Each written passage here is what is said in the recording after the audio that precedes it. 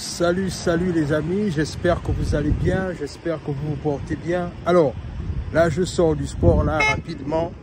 J'ai essayé de faire,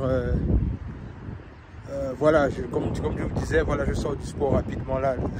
L'alarme là va pratiquement m'embrouiller rapidement. Voilà, je sors du sport là rapidement, j'ai essayé de transpirer un peu parce que voilà, il n'y a pas toujours le temps, mais on fait tout pour garder la pêche. Alors, aujourd'hui, j'ai envie de vous parler de quelque chose que je trouve aberrant en Afrique. Parce que je trouve que si les générations futures ne prennent pas conscience des enjeux, ça va être compliqué après. Donc, c'est la raison pour laquelle je prends la peine de parler de ça aujourd'hui. Alors, j'ai envie un peu de parler un peu, je m'adresse un peu à ces chefs d'État africains là, qui ont pour épouse des femmes blanches. Écoutez, déjà pour commencer, je vais être clair. Mes propos n'ont rien de raciste ou encore xénophobe et tout ce qui va avec. C'est vraiment un constat que je fais en fait et je pose les bases. En vérité, pourquoi c'est un grand problème quand les chefs d'État africains ont des femmes blanches? On va un peu parler de ça en fait. Et vous allez un peu comprendre pourquoi c'est un grand problème quand les chefs d'État africains décident de prendre des femmes blanches. Vous savez, la plupart du temps, quand on est un président de la République, il y a des choses sur lesquelles on ne peut pas se permettre. Je répète, quand on est chef d'État africain, il y a des choses sur lesquelles on ne peut pas se permettre. C'est-à-dire, par exemple, le fait d'avoir une femme blanche, par exemple, si tu es un noir, tu es dans un pays africain et que tu es noir et que tu as une femme blanche, c'est un grand problème. C'est un grand problème. Parce qu'en vérité, disons-le clairement, quand toi tu es africain et que tu décides de prendre une femme blanche, est-ce que tu sais à quoi tu exposes ton pays en fait? Est-ce que tu sais à quoi tu exposes ta nation quand tu prends une femme blanche? Parce qu'un citoyen lambda, comme on dit, il peut faire ce qu'il veut, il peut prendre qui il veut, il peut faire ce qu'il veut, il peut se mettre en couple avec qui il veut. Il n'y a pas de problème. Mais à partir du moment là où tu es un chef d'État africain, tu ne peux pas te permettre d'avoir une femme blanche. Ou encore, tu ne peux pas te permettre d'avoir une femme qui n'est pas de la même race que toi quelque part, je vais dire ça comme ça. Parce qu'en vérité, ce qu'on ne réalise pas, c'est que parfois même, on expose nos propres pays quand nos chefs d'État africains prennent des femmes blanches. Parce qu'en vérité, ces femmes-là, disons-le clairement, ce sont des espions pour leur patrie, en fait. Ce sont des espions pour leur patrie. Et ça se ressent dans leur façon de se comporter. Regardez un peu, je vous prends simplement l'exemple de mon cher pays, le Gabon, avec la femme du président qui est une Française. Alors, ce qu'elle fait bien évidemment, c'est qu'elle ne gère que les contentieux qui sont avec la France dans l'intérêt du Gabon. C'est-à-dire qu'elle parle du principe que tout ce que la France va gagner en ce qui concerne le Gabon, elle sera toujours d'accord en fait. Elle sera toujours dans ce sens-là de faire avancer les lois, les mentalités. Et même là, on est en train de parler de la situation de l'homosexualité au niveau du Gabon. Mais est-ce qu'elle a dit quelque chose pour s'y opposer? Parce qu'elle parle du principe que voilà, c'est une Française. Pour elle, ce sont des progressistes. Et des progressistes, eux, pour eux, c'est quoi? C'est-à-dire le fait que c'est la liberté de penser, c'est la liberté de faire de ce qu'on veut, tout en étant libre, en fait. Et ce qu'on ne réalise pas, c'est que on est en train de faire ça, mais on ne sait même pas qu'on est en train de tuer nos différents États africains quand on fait ça. Je vous prends un exemple simple encore. Ah, c'est le Gabon. Je vous prends l'exemple, par exemple, avec la Côte d'Ivoire. La Côte d'Ivoire, c'est la même chose. C'est-à-dire que, oui, il y a un développement en Côte d'Ivoire, mais c'est la même chose. L'homosexualité est pratiquement déjà là-bas en pleine exposition. Et on peut vérifier cela pratiquement dans tous les pays là où il y a les femmes blanches qui sont des présidents, qui sont les femmes des présidents africains. Parce que ce qu'ils veulent parfois faire, c'est quoi? C'est-à-dire que ces personnes-là, la plupart du temps, ce qu'ils font, c'est qu'ils sont là pour les intérêts de leur pays. Ils ne sont pas... En fait, en principe, ce qu'ils font, c'est ce qu'elles font. Autant pour moi, ces dames-là, c'est que ce sont des espions pour leur patrie d'origine.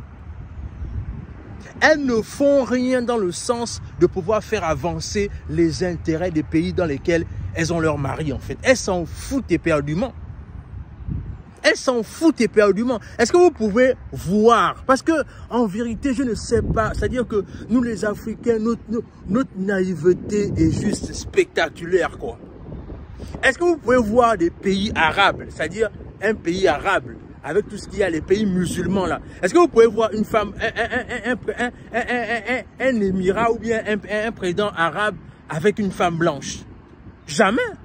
Je pars encore plus loin, c'est-à-dire, est-ce que vous pouvez voir des pays asiatiques, par exemple la Chine et tout ce qui va avec, vous allez voir à la tête du président, à la tête de la nation, il y a le président, et la femme, c'est quoi? C'est une blanche.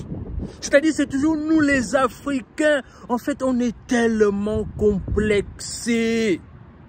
Non, c'est juste incroyable. C'est-à-dire que nous les Africains, on souffre d'un complexe pas possible. Pas possible. C'est-à-dire que notre complexe est tellement visible que du coup, voilà pourquoi ces personnes-là se servent de ça pour davantage nous asservir en fait. Parce que c'est ce qu'on fait justement. C'est qu'on passe le temps à être complexé. Ce qui fait que du coup, c'est-à-dire que j'ai même envie de dire qu'en Afrique, je me souviens, quand j'avais dit à un ami d'enfance qui m'avait demandé un peu de mes nouvelles, il m'avait demandé alors comment ça se passe pour toi là-bas, j'espère que tu nous as déjà réservé une blanche là-bas et tout, et que je l'avais dit que non, ma femme elle est noire en fait, c'est une africaine. En fait, dans le discours de mon ami, il me disait non mais comment ça, tu étais ici avec les africaines, tu peux encore prendre une africaine là-bas, pourquoi et tout machin, trouve-toi des jeunes blanches là-bas, toi aussi, hein, machin. Il me disait certaines choses et c'est là où je comprends combien de fois, nous, les Africains, on est trop complexés. C'est-à-dire, nous, pour nous, hein, on voit le fait de se mettre en couple avec une blanche comme étant une ascension sociale, comme étant une espèce de réussite. Est-ce que vous vous rendez compte de ça? Ce qui fait que du coup, quand ce n'est pas le cas, on pense peut-être que non, mais tu aurais dû, non, quand même, tu aurais dû avoir une femme blanche quand même. Tu es sur les blancs, toi aussi quand même, etc., etc. Et c'est ça en fait. Et c'est la même mentalité qui habite nos chefs d'État africains, toujours être complexés. Alors que ces femmes blanches-là sont des espions pour leur pays d'origine. La femme du président Gbagbo ne va jamais regarder les intérêts de la Côte d'Ivoire en premier, elle va d'abord regarder les intérêts de la France. La femme du président du Gabon ne va jamais regarder les intérêts du Gabon, elle va d'abord regarder les intérêts de la France, etc., etc., etc. Partout là où il y a des femmes, là où il y a des chefs d'État africains qui ont des femmes blanches. C'est comme ça et ce sera toujours comme ça. Maintenant, la raison pour laquelle moi je fais ce coup de gueule, c'est juste pour nous rappeler une chose, nous, la jeunesse africaine, qu'on doit s'inspirer des erreurs des anciens pour ne plus refaire la même chose. Pour ne plus refaire, j'ai envie de dire, les mêmes erreurs. Parce qu'en vérité, nous, on peut changer les choses. Mais comment est-ce qu'on change les choses? C'est en regardant d'abord ce que les anciens ont fait. Et nous, maintenant, nous, on peut s'inspirer de ça pour faire mieux, en fait. Mais c'est inadmissible. C'est inadmissible pour un chef d'État africain d'avoir une femme blanche. Mieux même, tu prends une femme africaine, mais qui reste, c'est-à-dire une femme qui partage les mêmes origines africaines que toi, mais qui ne peut pas te permettre d'avoir une femme blanche ou encore avoir une femme asiatique, etc. Non, le truc c'est que reste avec ta femme africaine. Et je pense que cette vidéo va permettre pour moi de parler dans une seconde vidéo des couples mixtes. Parce qu'en vérité, c'est un gros problème, cette situation de couple mixte là en fait. On va parler de ça dans la prochaine vidéo. Là où je vais vous montrer en fait que l'amour, c'est pas juste une question de deux êtres humains qui s'aiment et qui décident de se mettre en couple. Mais c'est aussi l'union de deux familles avec deux cultures et avec des origines qu'ils partagent. Donc la prochaine fois, on va parler des couples mixtes en fait. De pourquoi il est j'ai envie de dire, désastreux quelque part les couples mixtes dans le long terme. On va parler de ça en fait. Donc, dis-moi ce que cette vidéo t'inspire en commentaire en ce qui concerne les chefs d'État africains qui prennent pour époux des femmes blanches.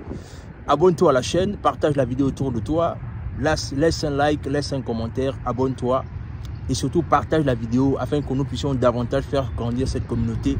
Et sur ce, on se dit à la prochaine.